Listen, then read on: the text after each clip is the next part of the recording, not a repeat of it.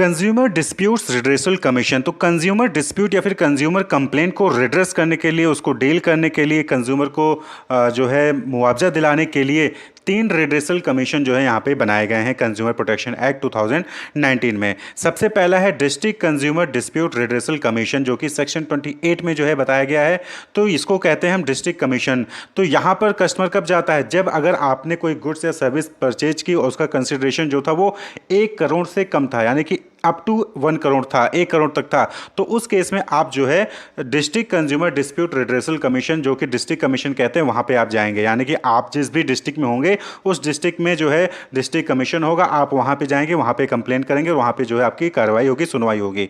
Clear? तो पहला ये हो गया। वहीं पे दूसरा है state consumer dispute redressal commission, जो कि सेक्शन 42 में समझाया गया है, बताया गया है, जिसको हम स्टेट कमीशन भी कहते हैं। तो अगर सपोज कीजिए कि आपने कोई ऐसा गुड्स या सर्विस परचेज किया जिसकी कंसिडरेशन, यानी कि जिसकी वैल्यू जो है वो 1 से 10 करोड़ के बीच थी, 1 करोड़ से ज़्यादा और 10 करोड़ से तक थी, तो उस केस में जो है आप कहाँ जाएंगे? आपके स्टेट में जो रिड्रेसल कमीशन होगा, जो स्टेट कमीशन होगा, आप वहाँ जाएंगे, आप डायरेक्टली वहाँ पे कंप्लेन कर सकते हैं।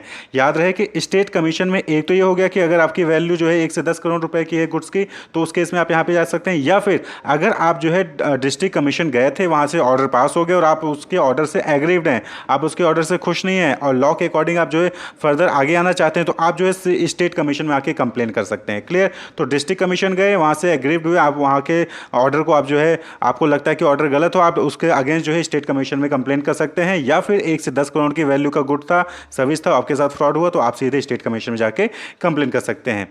क्लियर? इसके बाद अगर जो है आप जो है कोई गुड्स या सर्विस परचेज करते हैं और उसकी वैल्यू जो है, उसका कंसिडरेशन जो है 10 करोड़ या उससे ज़्यादा होता है, तो उस केस में आप जो है सीधे national consumer dispute redressal commission जा सकते हैं, जिसको हम नेशनल कमीशन भी कहते हैं।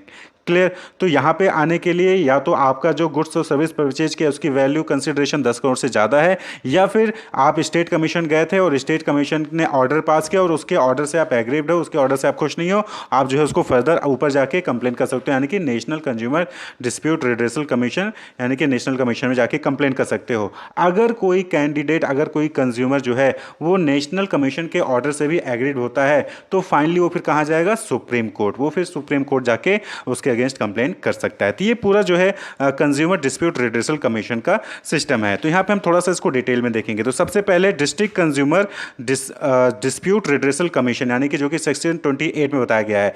तो ये जो है स्टेट गवर्नमेंट द्वारा जो है हर डिस्ट्रिक्ट में बनाया जाता है। जो डिस्ट्रिक्ट कमीशन है, जो स्टेट गवर्नमेंट होती है, ये उत्तर प्रदेश की है, मध्य प्रदेश की है, फिर जिस भी स्टेट में आप रह रहे हो वहाँ की जो भी गवर्नमेंट होगी, वो अपने हर डिस्ट्रिक्ट में जो है डिस्ट्रिक्ट कमीशन बनाती है, district consumer dispute redressal commission, जिसको हम डिस्ट्रिक्ट कमीशन भी कहते हैं। और गवर्नमेंट अगर चाहे, अगर उसको लगता है कि एक से ज़्यादा किसी डिस्ट्रिक्ट में कमीशन, डिस्ट्रिक्ट कमीशन होना चाहिए, तो वो फिर इस्टेब्लिश कर सकती है। स्टेट गवर्नमेंट में if it deems fit establish more than 1 district commission in a district. एक डिस्ट्रिक्ट में ए तो होना ही है, लेकिन अगर गवर्नमेंट को लगता है तो एक डिस्ट्रिक्ट में एक से ज़्यादा जो है वो कमीशन कर सकती है। जैसे कि जहाँ पे बहुत पॉपुलेशन ज़्यादा होती है, तो उस केस में वहाँ पे गवर्नमेंट कहती है कि वहाँ पे जो है एक से ज़्यादा डिस्ट्रिक्ट कमीशन ओपन कर देती है। तो जो district consumer dispute redressal commission है वो स्टेट गवर्नमेंट इस्टेब्लिश करती है, और डिस्ट्रिक्ट कमीशन कहते हैं उसको। एक से ज़्यादा भी डिस्ट्रिक्ट कमीशन क्रिएट किए जा सकते हैं। तो each district commission shall consist of, तो हर डिस्ट्रिक्ट कमीशन में 2 लोग, यहाँ पे आप देखेंगे 2 पॉइंट देखेंगे, यहाँ पे 2 लोग नहीं 2 पॉइंट देखेंगे। पहला, एक प्रेसिडेंट होगा, हर डिस्ट्रिक्ट कमीशन में एक प्रेसिडेंट होगा, और वहीं पे दूसरा, not less than 2 and not more than such number of member as may be prescribed in consultation with the central government, यानी कि कम से कम 2 मेंबर तो होंगे ही प्रेसिडेंट के अलावा, या फिर उससे ज़्यादा भी हो सकते हैं, जैसा कि सेंट्रल गवर्नमेंट अगर आपको कहती है। तो यानी कि स्टेट गवर्नमेंट सेंट्रल गवर्नमेंट से कंसल्टेशन करेगी, और जो है उसके बाद फिर मैक्सिमम नंबर भी वहाँ पे अपॉइंट कर सकती है, यानी कि 3, 4, 5, 6, 7, 8 भी कर सकती है, लेकिन 2 से कम नहीं होना चाहिए। तो ये डिस्ट्रिक्ट कमीशन की मेंबरशिप हो गई, यानी कि कितने लोग डिस्ट्रिक्ट कमीशन में होते हैं। क्लियर? नेक्स्ट जो है दैट इज जुरिस्डिक्शन, यानी कि यहाँ पे किस मामले को जो है यहाँ पे समझा जाता है, यहाँ पे जो है डील किया जाता है। तो जैसा कि हमने पहले ही बता दिया यहाँ पे कि the district commission shall have jurisdiction to entertain complaints where the value of the goods और service paid as consideration does not exceed 1 crore रुपये, यानी कि 1 करोड़ रुपये से ज़्यादा की वैल्यू अगर नहीं है गुड्स या सर्विस की जो भी कंज्यूमर ने परचेज किया है, तो उस केस में उसको डिस्ट्रिक्ट कमीशन में जाके कंप्लेन करना पड़ता है और डिस्ट्रिक्ट कमीशन ही उसको डील करेगी। क्लियर? तो अब जो है यहाँ पे आपको ये समझना है कि कैसे उसकी प्रोसीजर होती है। तो at the first hearing of the complaint after its admission और एट एनी लेटर स्टेज, यहाँ पे क्या होता है कि देखिए पूरा प्रोसीजर यहाँ पे आप इसको समरी में समझिएगा। अब सपोज करिए कि आपने जो है 50,000 रुपए का कोई प्रोडक्ट परचेज किया। क्लियर? अब जो है आपके साथ फ्रॉड हुआ तो आप कहाँ जाओगे? डिस्ट्रिक्ट कमीशन जाओगे। डिस्ट्रिक्ट कमीशन जाओगे तो वहाँ पे जो डिस्ट्रिक्ट कमीशन में जब आप जो है आप कंप्लेन करोगे तो उसके बाद जो डिस्ट्रिक्ट कमीशन है वो नोटिस भेजती है किसको? अपोजिट पार्टी को, और फिर 5 दिनों का मौका देती है कि आप जो है आपस में सेटलमेंट कर लीजिए, यानी कि मीडिएशन कर लीजिए। क्लियर? तो यहाँ पे क्या है, आपको सबसे पहले डिस्ट्रिक्ट कमीशन आपको अपॉर्चुनिटी देती है, या फिर स्टेट कमीशन जाओगे या फिर नेशनल कमीशन जाओगे तो आपको पहले अपॉर्चुनिटी देगी कि आप जो है आपस में मीडिएट कर लीजिए, अगर वहाँ पे मीडिएशन का ऑप्शन होता है तो मीडिएशन के लिए आपको जो है 5 दिनों का मौका दिया जाता है। तो at the first hearing of the complaint after its admission और at any later stage, if it appears to the district commission that there exists element of settlement which may be acceptable to the parties, यानी कि अगर district commission को लगता है कि हाँ settlement हो सकता है, मीडिएशन हो सकता है, तो वो जो है दोनों पार्टी को डायरेक्ट करेगी to give in writing within 5 days consent to have their dispute settled by mediation in accordance with the provision of chapter 5। तो कंज्यूमर प्रोटेक्शन एक्ट 2029 में चैप्टर 5 है, उसके अकॉर्डिंग जो है अगर दोनों पार्टीज सेटलमेंट करती हैं, दोनों पार्टीज मीडिएशन करती हैं, तो 5 दिनों के अंदर जो है उनको राइटिंग में डिस्ट्रिक्ट कमीशन को देना होगा। तो सबसे पहले अगर वहां पे मीडिएशन का चांस होता है, तो ये नहीं कि जो है मीडिएशन का चांस नहीं लेकिन फिर भी जो है डिस्ट्रिक्ट कमीशन ने ऑर्डर दे दे कि नहीं आप मीडिएशन करिए, ऐसा नहीं। अगर उनको लगता है कि हाँ चांसेस हैं तो मीडिएशन करने के लिए जो वहाँ पे 5 दिनों का टाइम दिया जाता है और रिटन में जो है वहाँ पे मीडिएशन का जो है वहाँ पे आपको देना पड़ता है कि हाँ हम दोनों पार्टीज हैं और दोनों मीडिएशन करने को तैयार हैं।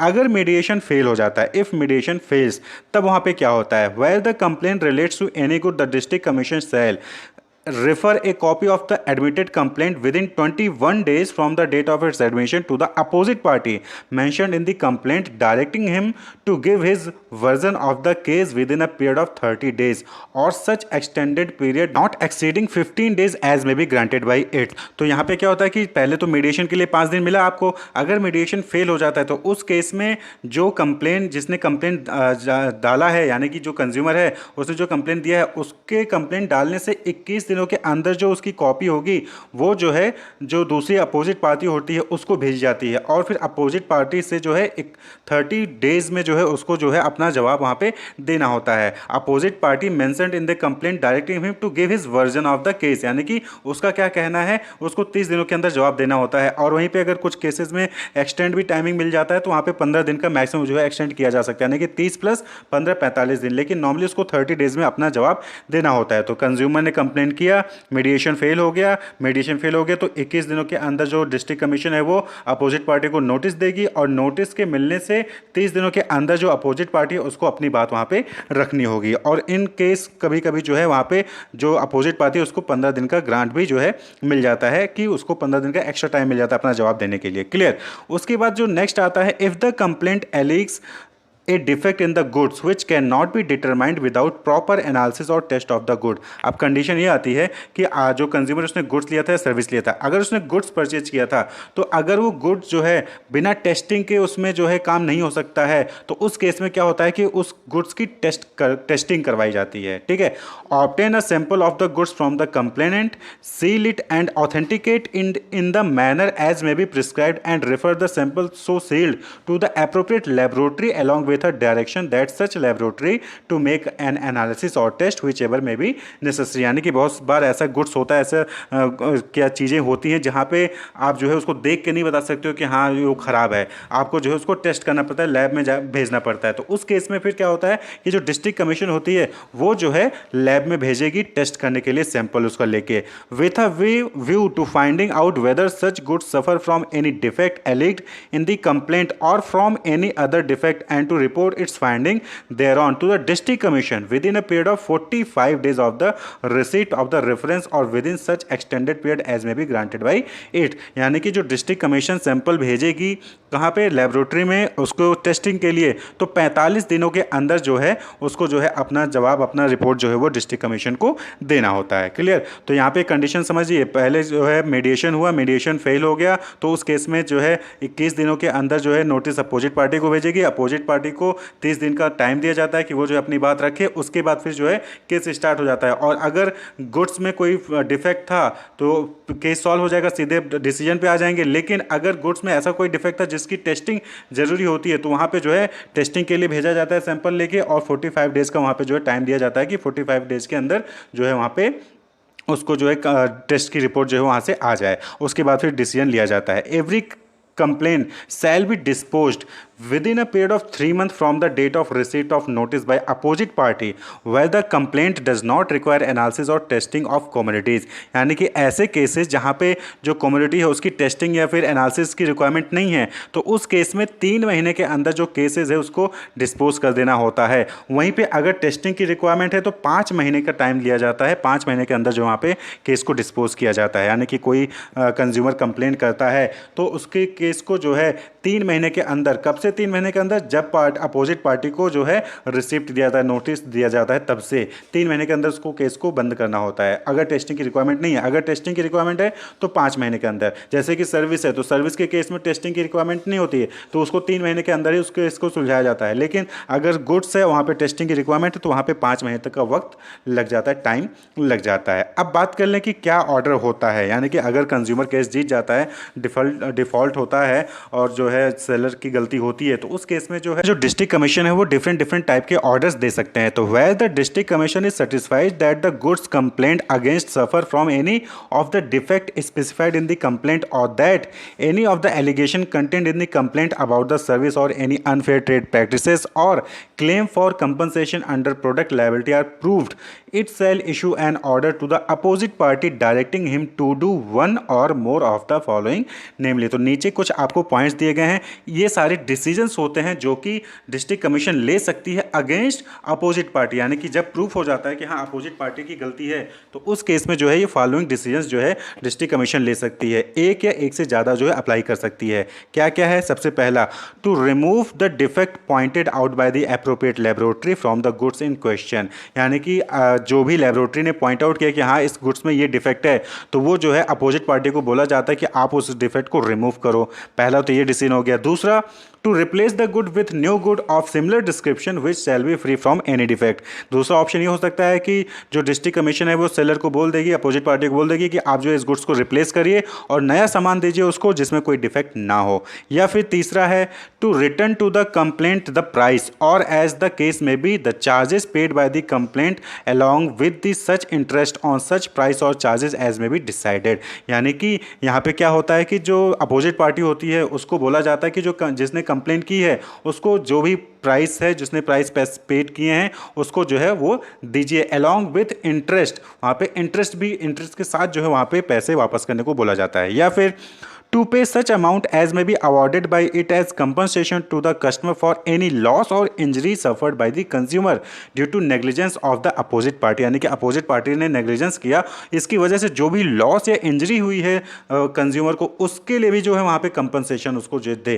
यानी कि जो प्राइस उसने पे किया वो तो दे, उसके अलावा ये भी ऑर्डर दिया जा सकता है कि उसकी वजह से जो नुकसान हुआ है, जो भी इंजरी हुई है, उसके लिए भी जो है कंपनसेशन अपोजिट पार्टी दे। या फिर ई है, to pay such amount as may be awarded by it as compensation in product liability action under chapter 6। तो चैप्टर 6 में कुछ प्रोडक्ट लायबिलिटी है, उसके अकॉर्डिंग जो है यहाँ पे पनिशमेंट दिया जा सकता है। एफ है, to remove the defect in goods और deficiencies in this service in question. Defect को, जो भी गुड्स या डिफिशिएंसीज में डिफेक्ट है उसको रिमूव करिए जहाँ पे लैब टेस्टिंग नहीं हुई है और लगता है कि फिर भी गुड्स में डिफेक्ट है तो उसको रिमूव करें। या फिर जी है, to discontinue the unfair trade practices और restrictive trade practices and not to repeat them. यानी कि अगर कोई सेलर है वो अनफेयर ट्रेड प्रैक्टिस परफॉर्म कर रहा है, फिर रेस्ट्रिक्टिव ट्रेड प्रैक्टिस परफॉर्म कर रहा है, तो उसको जो है वो दोबारा रिपीट नहीं करेगा, उसको डिसकंटिन्यू करेगा। आप सपोज करिए कि आप जो है गलत एडवर्टीजमेंट दिखा रहे हो, प्राइस को घटा बढ़ा के दिखा रहे हो, तो इस केस में क्या होता है कि आपको जो है डिसकंटिन्यू करना पड़ेगा।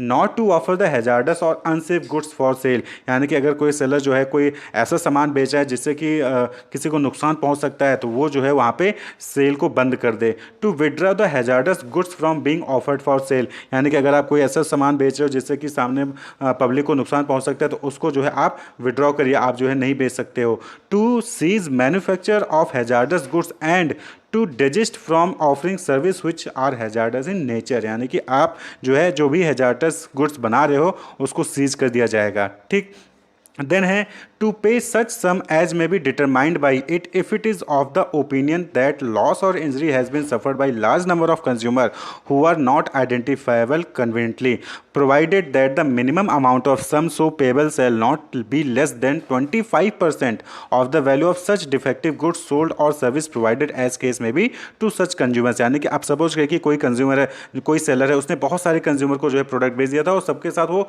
धोखाधड़ी हो गया, यानी कि सबके साथ डिफेक्टिव हो गया, लेकिन उस केस में कुछ ही नहीं कंप्लेन किया, तो इस केस में जो अपोजिट पार्टी होगी जिस पे फाइन लगाया जाएगा उसको 25% से ज़्यादा जो है उसको वहाँ पे फाइन देना पड़ेगा। जिसने भी वैल्यू का उसने डिफेक्टिव गुड बेचा है उसका 25% जो है उसको या उससे ज़्यादा का फाइन उसको देना पड़ता है।